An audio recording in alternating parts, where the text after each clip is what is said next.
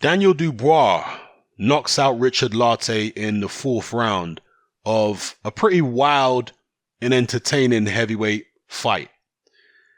Now, Lartey was unknown coming into this fight, a Ghanaian heavyweight, which is rare. Most Ghanaian fighters tend to be in the lower weights, welterweight and below. Most of them maybe light middleweight. So, not much promise there in terms of what ability he might bring to the table, because Ghanaian heavyweights are so few and far between.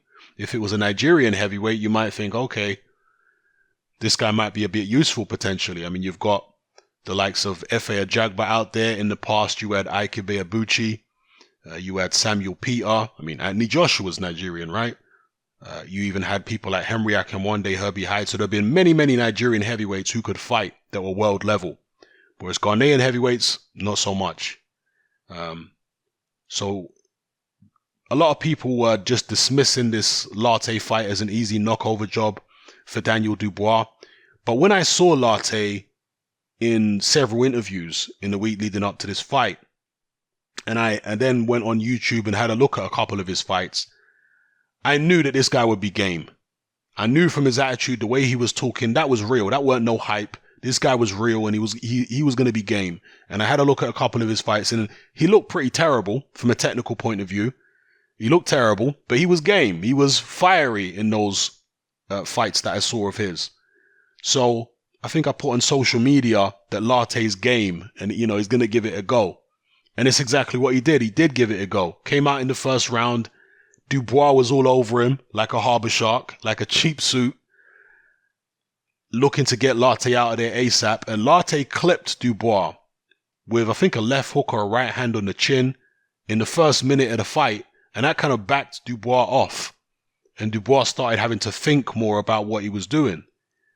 I thought at that stage that Dubois was going to be a lot more circumspect after getting clipped with that big shot. But he was only circumspect for, a minute or so, a short amount of time. Then he went straight back in and resumed trading.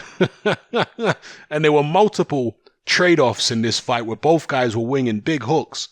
Lartey's technique was poor, but for a big man, he had relatively quick hands when he let the shots go.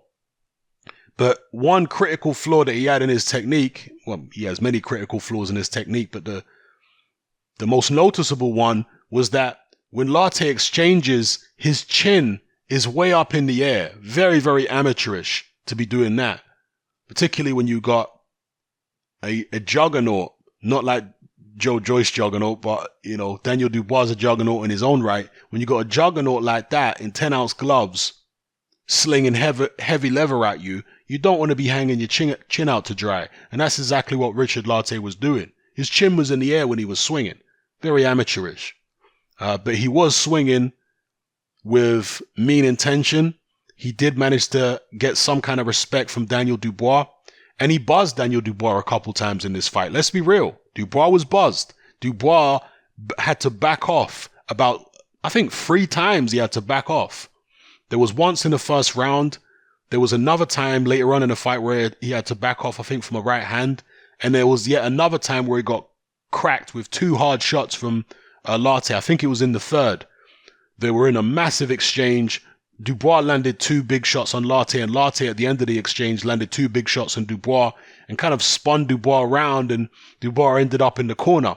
Lartey just didn't have the energy to follow up and really capitalize on buzzing Dubois like that.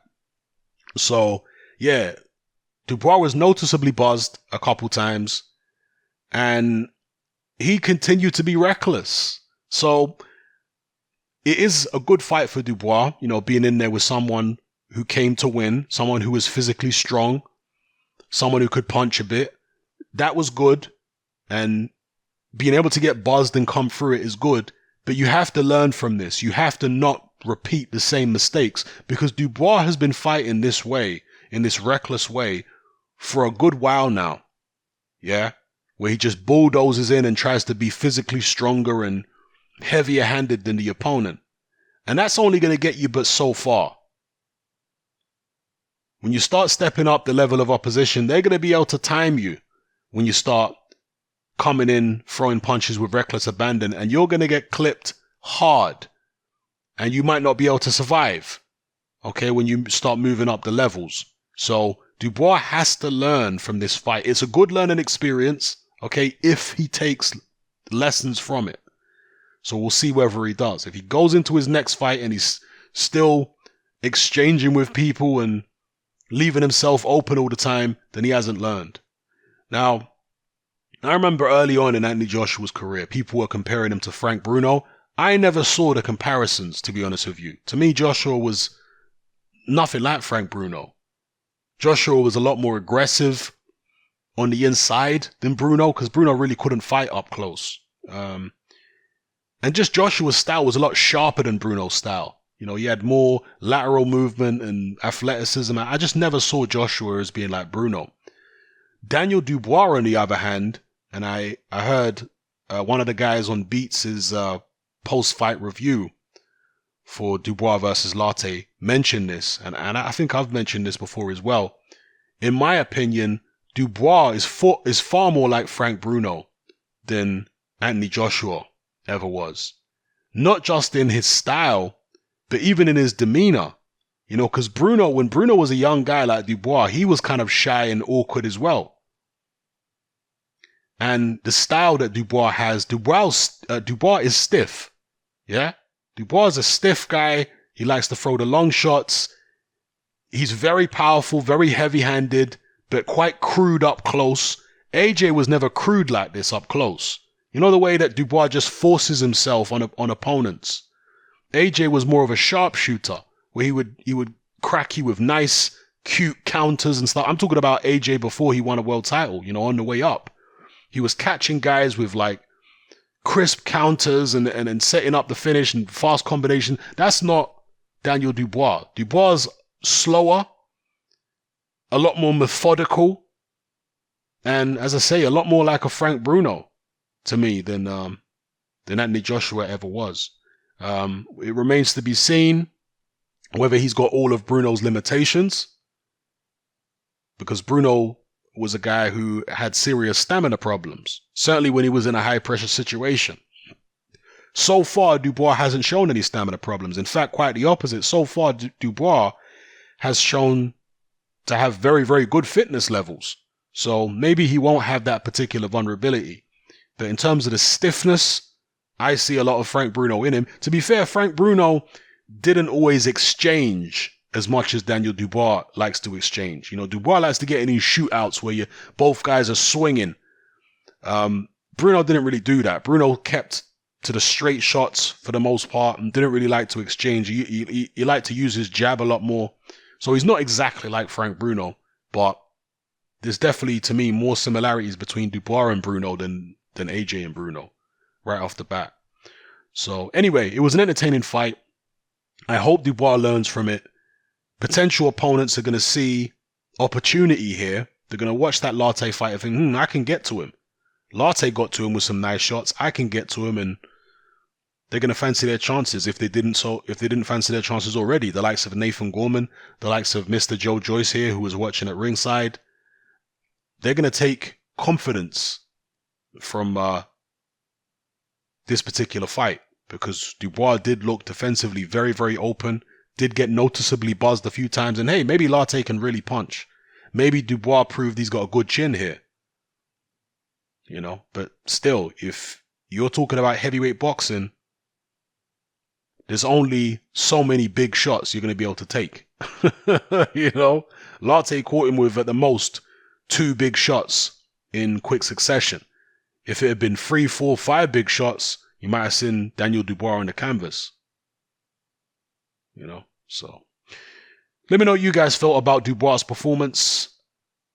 I think it's an adequate performance for the stage of his career that he's at, because on the way up, fighters are going to have these scares. You know, Muhammad Ali got dropped by Henry Cooper and another opponent whose name has escaped me for some reason, but Ali was dropped a couple times before he won a world title. This is heavyweight boxing, you know?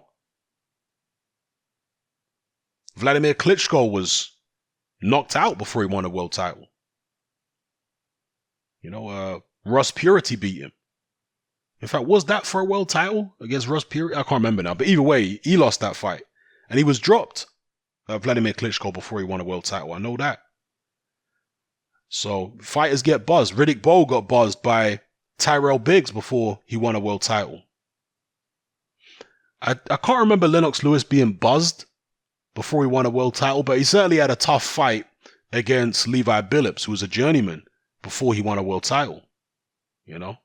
And on down the list you can go in terms of heavyweights and top fighters who on the way up had issues. Anthony Joshua obviously got buzzed by Dylan White, got wobbled in that fight in a British title fight. So it's not the end of the world to see Daniel Dubois in, his 11th or 12th fight, getting buzzed a couple times by Richard Lartey. No problem with that. I mean, David Haye, you guys remember when he fought Lalenga Mock, he was dropped and hurt badly by Lalenga Mock prior to winning a world title. So yeah, it's not the end of the world. It's part of the learning process, but learning is the operative word there. He must learn. I don't want to see Daniel Dubois in his next fight making the exact same mistakes he made here. Yeah, needs to learn quick, be on his job, and fix the errors. So, yeah, I think Dubois is being moved well by Frank Warren, and I've been saying this for a long time. I think the step-ups have been appropriate, testing the waters at each level and then moving them up gradually to a next level and a next level. This is a guy in Lartey who came with a lot of ambition. I do have to mention the fact that Lartey was close to getting points deducted and disqualified for excessive holding. He wouldn't let go because when he was hurt, Lartey was like, I ain't listening to nobody. I'm holding on until I'm not hurt no more. And that nearly got him disqualified. And in terms of the finish, the ending, I think it was a little premature for the ref to stop it like that. But it wasn't anything too shocking, because Lartey was giving out a lot of distress signals. So that's what I'll say about that. But either way, a good matchup for Daniel Dubois at this stage of his career. Frank Warren doing a good job in guiding this young man from a promotional, a managerial point of view. I'm not sure if Frank Warren's actually Dubois' manager. He might be, but I know he has a big hand in who Dubois fights. So Warren doing a good job, in my opinion. The training team might need to do a better job. They might need to do a better job in reining in his impulsiveness and fixing some technical mistakes that he's making. So the training team might need to do a better job. But in terms of Frank Warren, I think he's doing a great job with Dubois, guiding him and picking these particular opponents, stepping him up gradually. Great job. Great job. Let me know what you guys think in the comment section below. I'm out. Join me on Patreon. I upload a minimum of 2 podcasts every single week, covering a wide variety of controversial topics, as well as live stream Q&A sessions. Take a look on screen right now at some of the podcasts I've produced so far. For just $3 a month, the equivalent of about £2 a month, you get access to all my new podcasts and my entire back catalogue of past podcasts, including my popular Confessions of a Nightclub Bouncer series. You can listen on your computer or on your smartphone or tablet by downloading the Patreon app from the Google Play Store or the App Store for free. The Patreon app also allows you to download each podcast in MP3. For less than the price of a cup of coffee, you get access to dozens of hours of exclusive content. It's easy to sign up, there's no contract, and you can cancel at any time. So come and join our community of free and critical thinkers by signing up with me here on Patreon today.